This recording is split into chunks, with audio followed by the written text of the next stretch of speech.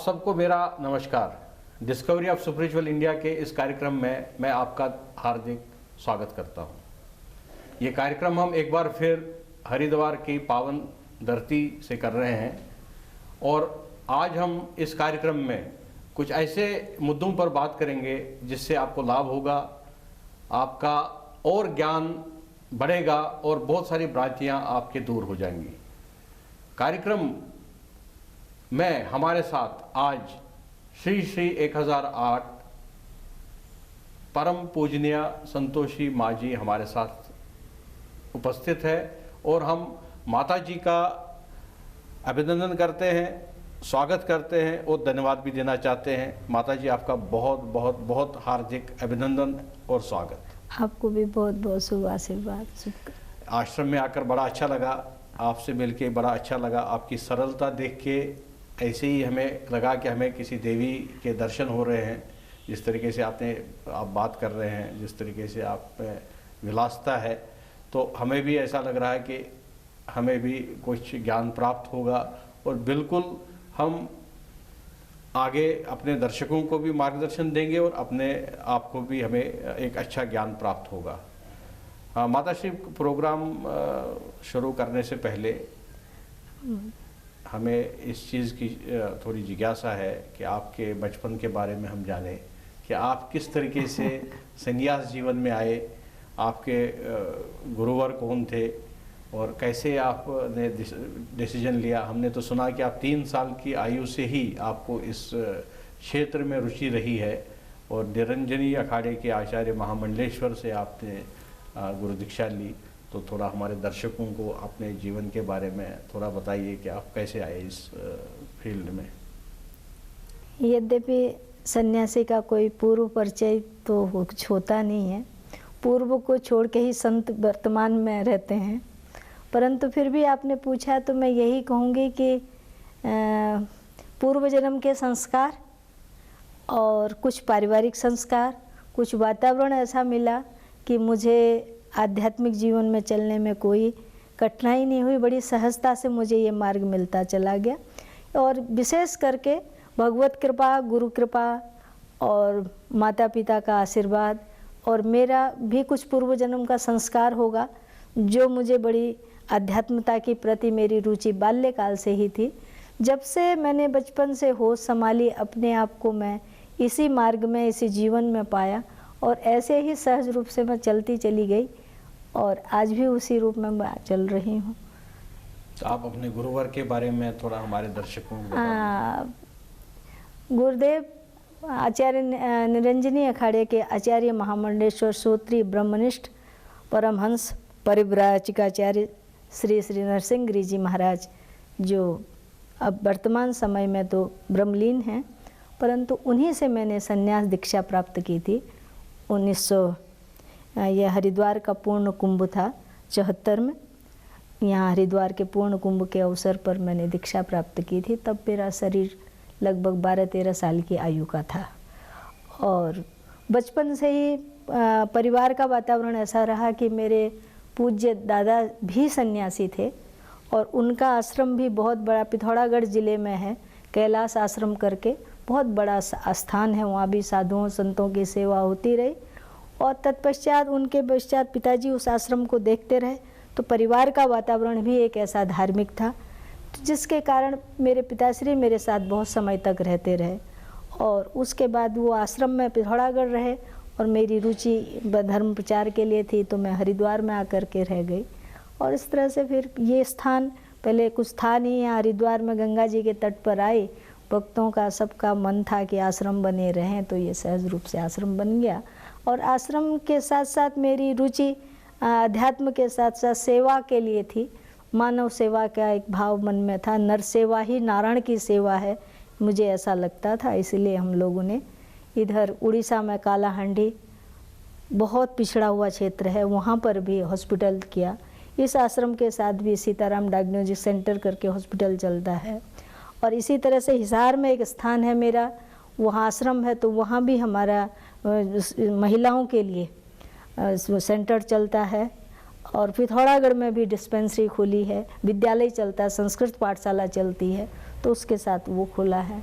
इस तरह से आश्रमों के साथ कुछ न कुछ आध्यात्मिक प्रवृत्ति के साथ साथ सामाजिक कार्य भी चल रहे हैं। माता जी, आपने पिछले बहुत सारे डिकेड्स में बड़े बड़े संत महापुरुषों के दर्शन किए होंगे। स्वाभाविक सी बात है कि हरिद्वार तो तपोभूमि है, यहाँ तो बड़े बड़े संत महात्माओं ने, महापुरुषों ने तपस्या की है, तप किया है। तो कैसे, किस तरीके के वो संत जो सिद्ध पुरुष लगते थे, कैसे उनका रहन सहन था, कैसे वो रहते थे, किस तरीके से वो समाज में मार्गदर्शन देते थे? बाल्यकाल से ही संतों की बहुत बड़ी मेरे पर कृपा रही।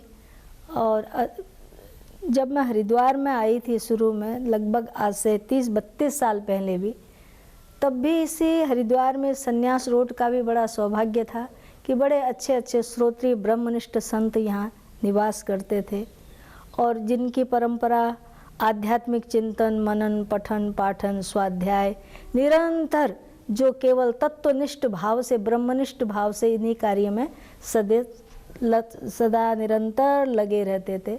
ऐसे सत्पुरुष थे, उनके दर्शन होते रहे। और साधु का जीवन इतना निर्मल पवित्र होता था जैसे गंगा जी का जल पवित्र है। सचमुच ऐसे दिव्य संत थे कि उन लोगों को उनके दर्शन करके आज बैठ करके कभी एकांत में सोचती हूँ तो वो महापुरुष कहाँ चले गए जिनके अभी जीवन में दोबारा फिर दर्शन कभी हो नहीं सकते थे। ऐसी ऐसी विभूतियाँ थी। और धीरे धीरे काल के प्रभाव से वो संत समाज हमारा धीरे धीरे लुप्तता की ओर हुआ। ऐसा तो नहीं है कि सभी लुप्त हो गए, अभी भी समाज में होंगे, बहुत सारे संत होंगे, शायद मेरा परिचय नहीं होगा, मैं ऐसा कह सकती हूँ, अभी भी संत होंगे। परंतु पहले हरिद्वार कनखल में ही बहुत संत थे। कनखल एक ऐसी नगरी रही है जिसमें संतों का बड़ा वर्चस्व रहा है। और इस तीर्थ कनखल एक अपने आप में स्वतंत्र तीर्थ है, पर संतों का जीवन आचरण, उनके करनी और कथनी दोनों में बिल्कुल एकता हुआ करती थी। संत तो वही है जो मन से, वचन से, कर्म से एक है, वही संत है। संत की परिभाषा ही ये है। तो इसलिए वैसे ही संत यहाँ देखने को मिलते थे, उनका सत्संग करने को मिला। परंतु आज समय का प्रभाव है, समय का बदलाव है, जो किसी के अधीन नहीं है, प्रकृति के अधीन है। तो वो भी समय प्रकृति ने दिखाया और ये भी समय दिखा रही है, आगे उसकी जैसी इच्छा होगी। इसमें माता जी सबसे बड़ा एक जो बहुत ही अति महत्वपूर्ण क्वेश्चन है, प्रश्न है, वो ये है कि पूरा भारत और भारत के बाहर के लोग हरिद्वार नगरी को, ऋषिकेश को एक ऐसी भूमि या ऐसा शहर नहीं मानते हैं। वो तो एक भूमि मानते हैं जहाँ पर जाकर एक व्यक्ति को शांति मिलेगी, उनके दुख दर्द दूर होंगे, ज्ञान प्राप्त होगा और महापुरुषों के दर्शन होंगे। और आज वही भारतवासी जब हरिद्वार आते हैं, ऋषिकेश आते हैं या बाहर से आते हैं, तो यहाँ उनको एक शहर दिखता है, बड़ी बड़ी बिल्डिंगें, गाड़ियाँ, पोल्यूशन, गंगा का निर्मल न होना, और वो जो महापुरुष थे उनकी सरलता थी, वो नहीं दिखता है। तो ये तो आने वाले जो हमारा फ्यूचर होगा उसके लिए तो ये अच्छा नहीं है। अच्छा नहीं है। जब परिवर्तन आता है, बदला आंधी चलती है तो आंधी सबको अपने चपेट में लेती है, अपने प्रभाव में लेती है। उसी प्रकार एक समय का परिवर्तन एक ऐसा हुआ है कि जो आप यहाँ परिवर्तन देख रहे हैं हरिद्वार में भी, उसके पीछे यदि आप गंभीरता से विचार करें, ये बड़ी बड़ी बिल्डिंगें, ये बड़े बड़े आश्रम, ये बड़ी बड़ी धर्मशालाएं, बहुत आधुनिक सुविधाओं से युक्त, जिसमें सब प्रकार की सुख सुविधाएं हैं, ये सब आपको इस तीर्थ नगरी में देखने को मिल रहा है। पर इसका कारण क्या है? इसका यदि कारण आप देखते हैं तो जैसे मैंने जब पहले आश्रम बनाया था यहाँ, आज तो तब मन में एक भी सोच थी कि हरिद्वार आश्रम में जो लोग आएंगे वो आश्रम में ठहरेंगे और गंगा स्नान करेंगे, मंदिर में पूजा पाठ करेंगे, जब ध्यान करेंगे, तब करेंगे, और उनको साधारण सा जीवन निर्वाह के लिए भोजन मिल जाए। जो अत्यंत शारीरिक आवश्यकताएं हैं वो मात्र वो आवश्यकताएं पूरी होनी चाहिए, उसके अतिरिक्त और कुछ नहीं, ये दिमाग में बात थी। परंतु मैंने ये देखा कि लोगों की रुचि इधर इतनी तेज़ी से बदली है, इतनी तेज़ी से बदली है कि आज कोई व्यक्ति आश्रम में ठहरना नहीं चाहता है। बोले क्यों नहीं ठहरना चाहता? इसलिए नहीं ठहरना चाहता है कि आश्रम में रहेंगे तो वहाँ कूलर नहीं है, एसी नहीं है, टीवी नहीं है, तो प्रतिबंध भी बहुत सारे और हैं। प्रतिबंध भी बहुत सारे हैं। समय से उठना पड़ेगा, समय से पंगत में जाके नीचे बैठ के भोजन करना पड़ेगा, और खान पान का वो सब चीज़ें नहीं पसंद करते हो आजकल आश्रमों में रहना। लोग होटलों की ओर भागते हैं, धर्मशाला। आजकल जो भी नया निर्माण चल रहा है वो आधुनिक सुविधाओं से युक्त होकर के चल रहा है। आश्रमों में भी मैं देखती हूँ कि सब ये सारी चीज़ें, ये सारी सुविधाएं धीरे धीरे, भाई तुम किसी तरह से आश्रमों में आओ तो सही, तुम्हारे बच्चे आए तो सही, चलो कुछ नहीं करोगे तो तुम्हारे कान में आश्रम में रह करके घंटी और शंख की आवाज़ तो जाएगी। इतना तो संस्कार पड़ेगा कि कम से कम तुम्हारे बच्चे भगवान के मंदिर में, ये हमारे हिंदुओं के देवी देवता हैं, इनको तुम प्रणाम कर लो। ये आज संक्रांति है, वैसाखी है, ये पर्व है, ये पुण्यकाल है, इसमें भगवान को प्रणाम करना चाहिए। इतना तो तुम सीख पाओगे। ये संस्कार देने के लिए उन्हें प्रेरित करना पड़ता है। तो कहने का अर्थ मेरा यह है कि लोगों के अंदर इतना परिवर्तन आया है, इतनी भौतिक लोलुप्तता में हम चले गए हैं। पहले लोग, आज से 30 साल पहले, 40 साल पहले भी लोग हरिद्वार में आते थे तो होटलों में रहना पसंद नहीं करते थे, धर्मशालाओं में रहते थे, और वो पाप मानते थे, जमीन में सोते थे, तीर्थ में नंगे पांव चलते थे। ये सारी बातें पहले थी जो आज नहीं है। और आज के समाज में देखा जाए तो वो सब चीज़ें नहीं है। उन सब यदि धर्म के पहले के नियम हम ज्यों के त्यों आज के समय में बच्चों के ऊपर लगाते हैं तो वो बच्चे सोचते हैं कि ये तो सब पुरानी बातें हैं, पिछली बातें हैं, इन सब से हमें क्या लेना देना है। तो कहने का अर्थ मेरा ये है कि जो हमारा जो मूल धर्म है, जो हमारे नियम है, जो हमारी भारतीय संस्कृति है, उसको हम छोड़ करके भौतिकता के साधनों की ओर बड़ी तेज़ी के साथ बढ़ते चले जा रहे हैं। और धर्म को भी हमने जैसा धर्म है वैसा स्वीकार न करके उसे आधुनिक रूप देकर मोड़ तोड़ करके जहाँ से अपनी अनुकूलता दिखाई पड़ी उसी उतने ही भाग को हमने धर्म के अपनाया है। जहाँ थोड़ा भी हमें लगता है कि जटिलता है, कठिनता है, तो उस बात को हम छोड़ देते हैं। तो जो हमारे लिए आगे चल करके हानिकारक है। माता जी, ये फिर मानना पड़ेगा हमारे को, जो हरिद्वार है, ऋषिकेश है, तो ये धर्म नगरी से हटके पर्यटन स्थल बन रहा है, दिन प्रतिदिन पर्यटन स्थल बन रहा है। इसमें कोई दो राय वाली बात नहीं। इसमें तो गवर्नमेंट भी इन्वॉल्व है, गवर्नमेंट तो चाहती है, वो तो कहती है स्पिरिचुअल टूरिज्म बढ़े, वो चाहती है, गवर्नमेंट भी चाहती है और लोग भी यही चाहते हैं। पहले हरिद्वार आते थे, गंगा माँ को माँ की दृष्टि से उसमें स्नान करते थे। आज लोग गंगा जी में स्नान करते हैं, नदी के रूप में स्नान करते हैं। ये कहते हैं एक पवित्र नदी है, इतना तो बोल देते हैं, परंतु जो गंगा माँ के प्रति माँ की आस्था थी वो भावना नहीं है, वो भावना नहीं है। अच्छा, हमारे यहाँ गंगा नदी बोलो और गंगा माँ बोलो तो दोनों में माँ कहते ही एक ममता सी मुंह के अंदर भर आती है, और गंगा कहते हुए एक साधारणता प्रकट होती है। नदी पानी है, साधारण पानी है, और वही जल आप बोले तो एक आदर प्रकट होता है। पानी कह दीजिए तो साधारणता प्रकट हो जाए। शब्द वही है पर भाव, किस भाव से हम उसे बोल रहे हैं उसका बड़ा भारी अंतर है। हमें भी बड़ी पीड़ा हो रही है माता जी।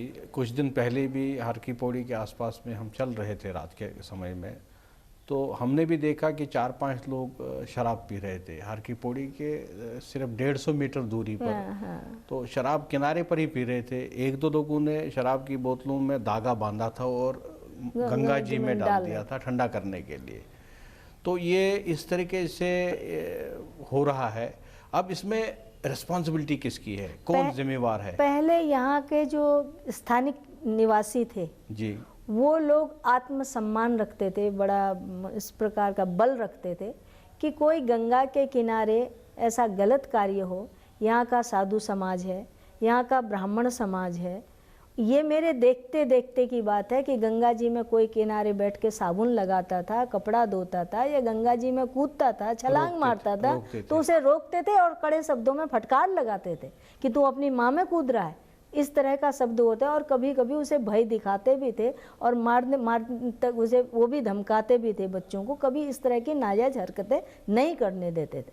धीरे धीरे धीरे धीरे आज वो पुराने न संत रहे, न वो ब्राह्मण रहे, न वो साधु रहे, न वो भावना रही, और वो पहले के लोगों के अंदर में वो विश्वास भी था, वो भाव भी था, वो बल भी था। तो वो माँ के प्रति वो किसी तरह का अनादर, माँ की अवमानना सहन नहीं कर सकते थे। तो आज लोगों के अंदर जहाँ हम ये कहते हैं कि हम बहुत विकसित हुए हैं, विकास की ओर बढ़े हैं, मैं सोचती हूँ कि आध्यात्मिक दृष्टि से तो हम विनाश की ओर बढ़ रहे हैं। हमारा धर्म तो हमें यही सिखाता है ना कि सबसे पहले तुम अपने को समझो, अपने को पहचानो। तुम भगवान के अंश हो, तुम मानव हो, तुम ईश्वर नर हो, तुम नारायण के तुम्हारी स्वरूप हो। तुम ही जब तक अपने को नहीं पहचानोगे तो हम क्या समाज क्या कर पाएंगे। बिल्कुल माता जी, आपने बड़ी सुंदरता से इसका वर्णन किया। अब यहाँ पर एक प्रश्न आता है, जो हम हरिद्वार की बात कर रहे हैं, अब इसमें रिस्पॉन्सिबल कौन है, किसकी रिस्पॉन्सिबिलिटी है? क्या ये जो आम साधारण व्यक्ति है उनकी रिस्पॉन्सिबिलिटी है, हमारे संत समाज की रिस्पॉन्सिबिलिटी है, या गवर्नमेंट की रिस्पॉन्सिबिलिटी है, या इन सभी की वजह से ही ये जो हरिद्वार धर्म नगरी थी ये पर्यटन स्थल बनने लगा है, या ऋषिकेश भी पर्यटन स्थल बन रहा है? कौन जिम्मेवार है इसके लिए? इसके लिए मैं समझती हूँ जहाँ तक कि है हमारे यहाँ के स्थानिक जो निवासी हैं वो भी जिम्मेदार हैं। यहाँ के संत समाज को भी मैं इससे उनके साथ जो जुड़े हैं उनमें भी इस तरह की भावना जगानी चाहिए, वो भी इसके दोषी मैं मानती हूँ। और यहाँ का जो बड़ा पंडा समाज है, ब्राह्मण समाज है, उन लोगों का भी कुछ वो होना चाहिए। और उसके अतिरिक्त प्रशासन का भी है कि वो इसको केवल एक पर्यटक स्थल के रूप से विकसित ना करे, उसको बढ़ावा ना दे। यहाँ उन लोगों का भी दोष है। और इस सब के पीछे जो मैं मुख्य मानती हूँ कि हमारे संस्कार कम हो गए, जो हमारी शिक्षा से के अंदर जो संस्कार दिए जाते थे, क्योंकि भारतीय पद्धति में विद्या एक संस्कार है जो बाल्यकाल से ही बालक के अंदर उसके स्वभाव के में उस संस्कारों को बसाया जाता था, जो उसके रक्त के अंदर संसारित होते थे, उसको कहते हैं संस्कार। और वो संस्कार जो धार्मिक संस्कार हुआ करते थे वो धीरे धीरे धीरे धीरे कम होते चले गए। शिक्षा के नाम पर तो आज के समय पर कोई संस्कार मिलता ही नहीं है। और बच्चा जब घर में कितनी देर रहता है, माँ बाप के साथ कितनी देर रहता है, और अपने मित्रों के साथ कितनी देर रहता है, स्कूल में कितनी देर रहता है, यदि देखा जाए तो स्कूल में उसे कुछ नहीं मिलता, मित्रों में कुछ नहीं मिलता, घर में तो कोई बूढ़े दादा दादी हो गए या नाना नानी हो गए, वो बच्चे को थोड़ा बहुत कोई अच्छी बात संस्कार दे दे तो दे दें, बाकी बच्चे को कहीं से कोई संस्कार सीखने पढ़ने को नहीं मिलता है। और केवल आज की शिक्षा, आज के वर्तमान शिक्षा पद्धति में उसके ऊपर हम अच्छे से अच्छे धन कैसे कमा सकते हैं और कैसे हम अपनी जीविका को बढ़िया चला सकते हैं, इतना ही यही सिखाया जाता है, यही पढ़ाया जाता है। और वो संस्कार सारे हरास होने के कारण हमारी ये सारी संस्कृति सभ्यता कम होती जा रही है। हमारे तीर्थों के प्रति आस्था कम है, धर्म के प्रति आस्था कम है, संतों के प्रति आस्था कम है, धर्म ग्रंथों के प्रति हमारे सत साहित्य के प्रति आस्था कम है। उसका मात्र कारण यही है कि हमको कहीं से उनके लिए प्रेरणा नहीं मिलती है, हमें बताया सिखाया नहीं जाता है। जब तक इनके प्रति हम लोगों को हमारी आस्था जुड़ेगी नहीं, हमारी दिशा आपका दिशा चैनल है तो मैं तो यही कहूँगी, जो दिशा विहीन होकर के हम चल रहे हैं, हम सही दिशा में हमारे पांव आगे बढ़ें। और उसके लिए आप लोग जो ये कार्य कर रहे हैं, बहुत अच्छा कार्य कर रहे हैं। मैं इसके लिए आपके चैनल की बड़ी प्रशंसा करती हूँ, आपको साधुवाद देती हूँ, क्योंकि वर्तमान में बड़ी आवश्यकता है कि अब बड़ी तेज़ी के साथ मैं देखती हूँ, बड़ी तेज़ी के साथ समाज परिवर्तन की ओर जा रहा है। और हम कहते हैं कि हम बड़ा भारी परिवर्तन लाने जा रहे हैं, हमारे अंदर बड़ा भारी समाज में परिवर्तन आया, लोगों की सोच बदली है। पर इस सोच के साथ साथ हमने जो खोया है वो भी बहुत बड़ी हानि है। माता जी के साथ में अभी ये चर्चा हमने की और अभी हमने ये देखा है कि हरिद्वार कैसे आहिस्ता आहिस्ता एक धर्म नगरी से पर्यटन स्थल में बदल रहा है। माता जी की भी यही चिंता है और हमारे चैनल की भी यही चिंता है। हमने इस पर पहले भी आवाज़ उठाई, बहुत सारे संत महापुरुषों के साथ बात किया और यहाँ इंटेलेक्चुअल्स के साथ बात किया। हर फोरम पर हमने आवाज़ उठाई कि हरिद्वार और ऋषिकेश जैसा जो धर्म नगरियाँ हैं, तपोभूमि है, ये पर्यटन स्थल में नहीं बदलने चाहिए। यहाँ रैफ्टिंग नहीं होनी चाहिए, यहाँ होटल नहीं खुलने चाहिए और इस तरीके से कमर्शियल एक्टिविटीज़ नहीं होनी चाहिए। ये चर्चा तो जारी रहेगी। हम यहाँ छोटे से ब्रेक के लिए रुकते हैं।